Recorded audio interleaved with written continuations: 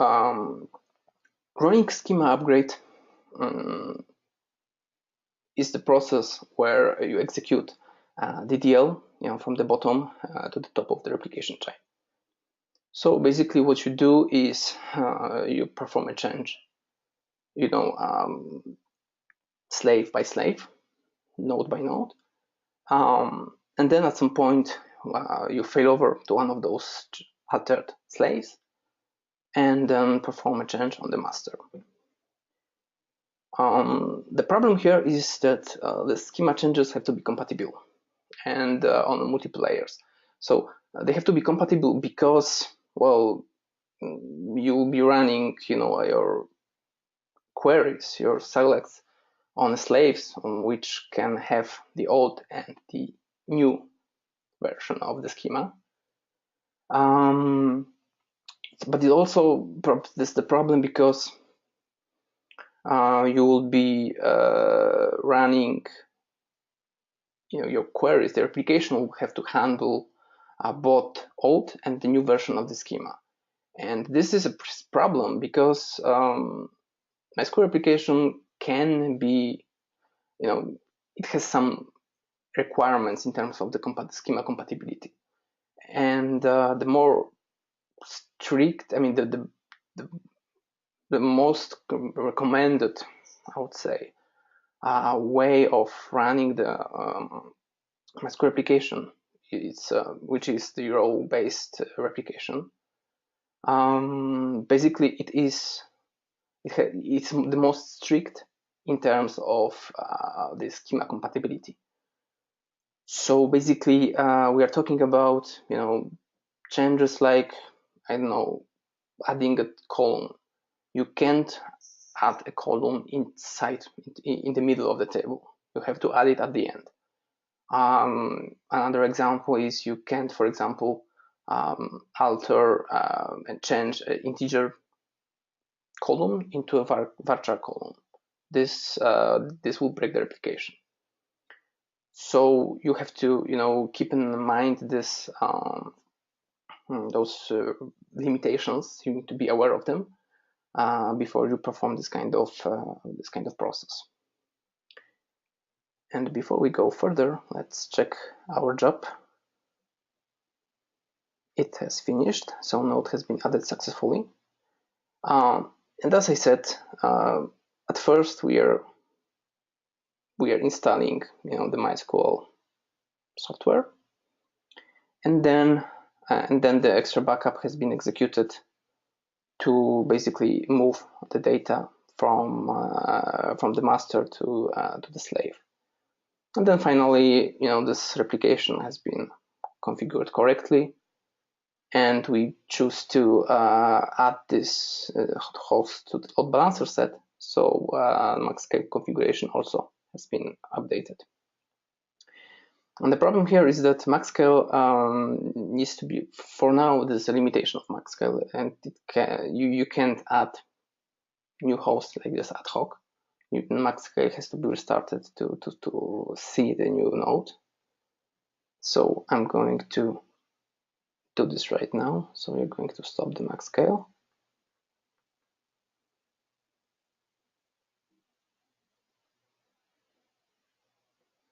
It may take a little time. Okay, and start it back.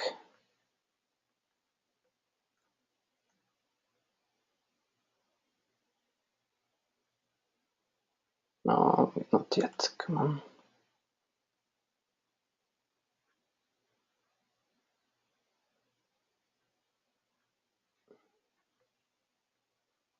Yeah, it should be ready. Yep. Okay. So we can list servers right now, and as you can see, we have our old master 0.134 and our slave 0.206. And as I said, if you're connecting to the MaxScale using this read-write split port,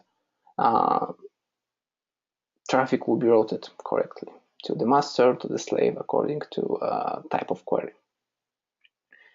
And Let's try to maybe promote our slave to a master. So we can go to the Nodes tab, click on our slave, and we can pick Promote Slave Job, and we will execute it. This is pretty quick process, so we will watch it here maybe. This one.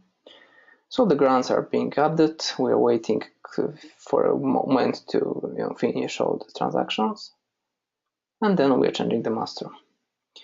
So as you can see, this is pretty, it requires a couple of manual actions, while in the ClusterControl UI it's just a point and click. So right now we have 206 as master and 134 as slave. And this is basically the same in MaxScale. So as you can see, MaxScale detected topology change, and it changed the status of each of the nodes accordingly.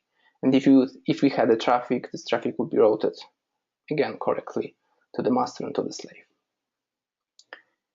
Okay, and let's imagine that for some reason we found our slave inconsistent with the master, and we want to rebuild it. So to do that, we can do it of course manually, but in the ClusterControl, the Nodes tab, if we go to the slave, we can pick Stage Replication Slave Job and execute it.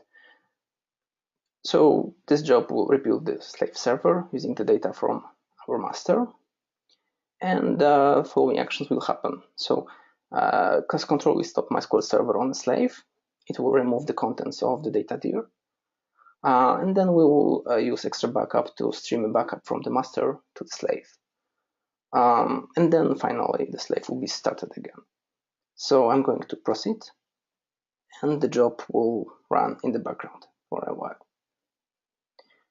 Okay, so as you can see, MySQL is trying to stop. And in this time we can check a couple of what type of data you can monitor and you can watch in the ClusterControl. So as you can see, we have information about the graphs, about the cluster load, different types of queries. We can check the query performance. We can check the different type of slow queries, different type of joins, different type of selects. Of course, this data would be more interesting if we had any kind of traffic here, but that's just an empty cluster for now. We can have information about disk I/O. We can have information about handlers, so different type of how MySQL is accessing the traffic, basically the rows. And of course, at the bottom we have information about the master, online functioning, executed GTID set, binary log, so on and so forth. We also have information about slaves. In this moment, slave is not feeling very well, but it's pretty expected as it is being rebuilt, so it's shut down for now. Therefore, the status is the ClusterControl couldn't connect to MySQL server. We have server ID information. We have information about the master for this particular slave. We have information about the lag. Actually, in this case, it's the last lag was reported before the host went down. We have information about the master log file, retrieved GTID set, executed GTID set. So both for master and slave, you have all of those informations for the that you may want to monitor the application. And as you can see, the job probably just finished because slave is available back and working as normal. So additionally to this, of course, one more thing, if we had a delayed slave, the information about delayed, how the slave is delayed will be also located here. And of course, we have information about the network latency. We have information about CPU utilization, load average, network throughput, disk reads, disk writes. This kind of information is updated on a regular basis here. And again, for each of the nodes,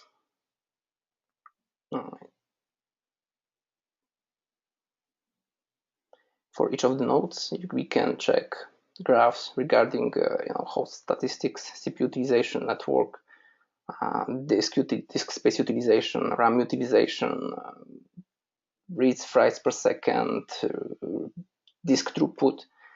So basically in the cluster control, you can find all those data that you may find useful when dealing with both MySQL, but also with replication in particular.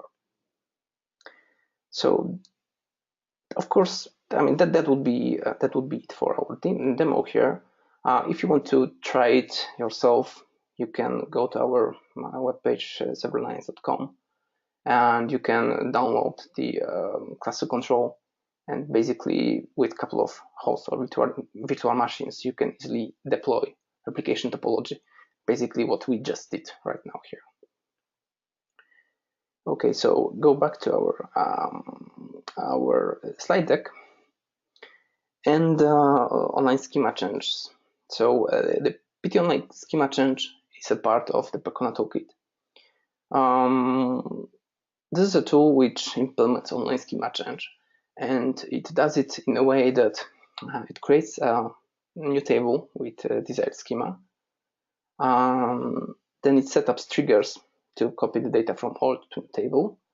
And in the meantime, in the background, there's a process of copying the already existing data from old to new table using low priority inserts.